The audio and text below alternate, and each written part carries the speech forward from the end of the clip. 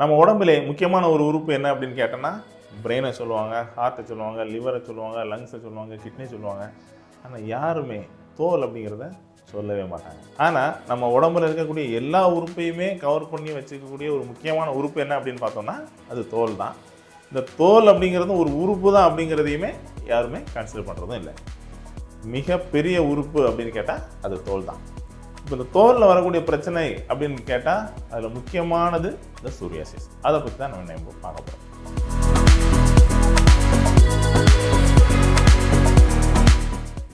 இந்த சோரியாசிஸ்ன்னு எடுத்த உடனே இப்போ எல்லாரும் நல்லா அட்வான்ஸ் ஆகியாச்சு.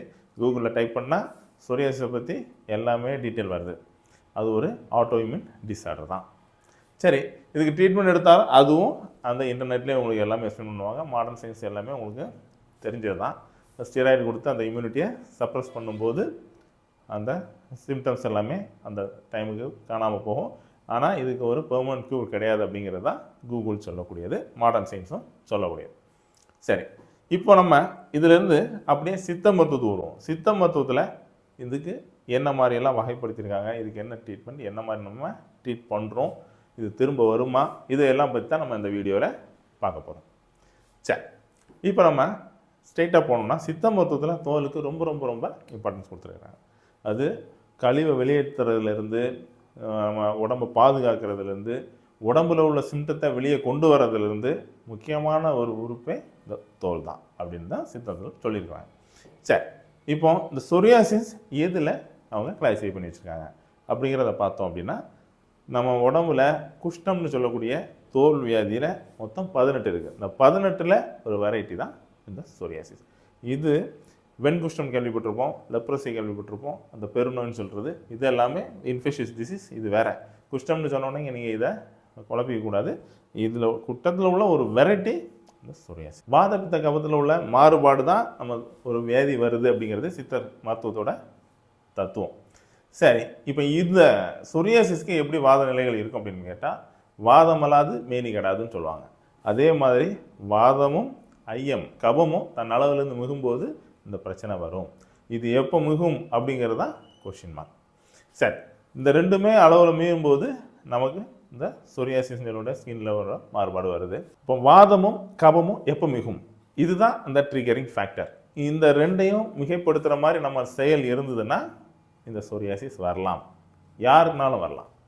ஹெரிடிட்ரியாக இருந்தது இல்லை அப்படிங்கிறதெல்லாம் வேறு விஷயம். இதை நம்ம அந்த ரேஷியோவில் ட்ரிகர் பண்ணக்கூடிய உணவு வகைகளாக இருக்கட்டும், பியூபர்ட்டி அட்டன் பண்ணி அந்த ஹார்மோன் சேஞ்ச் ஆகும்போது ஏற்படக்கூடிய மாறுதல்னால இது அந்த டைமில் ட்ரிகர் ஆனால் இதே மாதிரி வரலாம். என்விரான்மெண்டல் ரொம்ப குளிர் பிரதேசத்தில் போகும்போது சில நேரங்கள் வாதமும் கபமும் கூடும், அந்த டைமில் இந்த மாதிரி வரலாம். இதே மாதிரி ரொம்ப ஸ்ட்ரெஸ்ஸாக, ரொம்ப டிப்ரெஷனாக, தூங்காமல் அந்த மாதிரியெல்லாம் ஒரு மன அழுத்தத்தில் இருக்கும்போதும் இந்த மாதிரி ட்ரிகர் ஆக வாய்ப்பு இருக்குது. ட்ரிங்க்ஸ், ஆல்கஹால் கண்டிப்பாக இந்த வாதத்தையும் கபத்தையும் இன்க்ரீஸ் பண்ணும். ட்ரிங்க்ஸ் பண்ணுற எல்லாருக்குமே தெரியும்.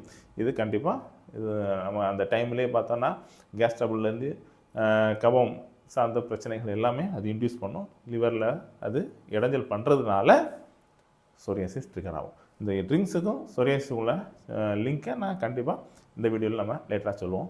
முதல்ல அப்போ இதை நம்ம எப்போ ட்ரிகர் பண்ணுறோம் அப்படிங்கிறத பொறுத்து அந்த சோரியாசிஸ் ஸ்டார்ட் ஆகும். இதோட சிம்டம்ஸ் பார்த்தோன்னா நிறைய பேர் நினச்சிட்டு என்கிட்ட இந்த ரிங் மாமு இதெல்லாம் வந்து சொரியாசிஸா, எக்ஸிமா கரப்பான வந்து சொரியாசிஸா அப்படின்லாம் கேட்பாங்க. ஸோ இது வந்து வேறு. அதை எப்படி டிஃப்ரென்ஷியேட் பண்ணுறது அப்படின்னா, பின் பாயிண்ட் ப்ளீடிங் இருக்கும். ஒரு பிளேக் மாதிரி உள்ள அந்த செதிலாக உழுற இடத்த நம்ம எடுத்து பார்த்தோன்னா ஷார்ப்பாக ஒரு ப்ளீடிங் இருக்கும். ஏன் அப்படின்னா சொரியாசிஸ் ஆழமாக உள்ள ஸ்கின் வேறு அப்படியே பீல் ஆகிருக்கும். நம்ம அதுதான் இந்த சொரியாசிஸுக்கும் மற்ற ஸ்கேபிஸ் உள்ள தேமல் இந்த மாதிரி உள்ள பிரச்சனைக்கும் உள்ள வித்தியாசம். நம்ம டேண்ட்ரஃபுக்கும் சொரியாசிஸ் வித்தியாசம் பார்க்கணும்னா அதுதான் அப்படி தான்.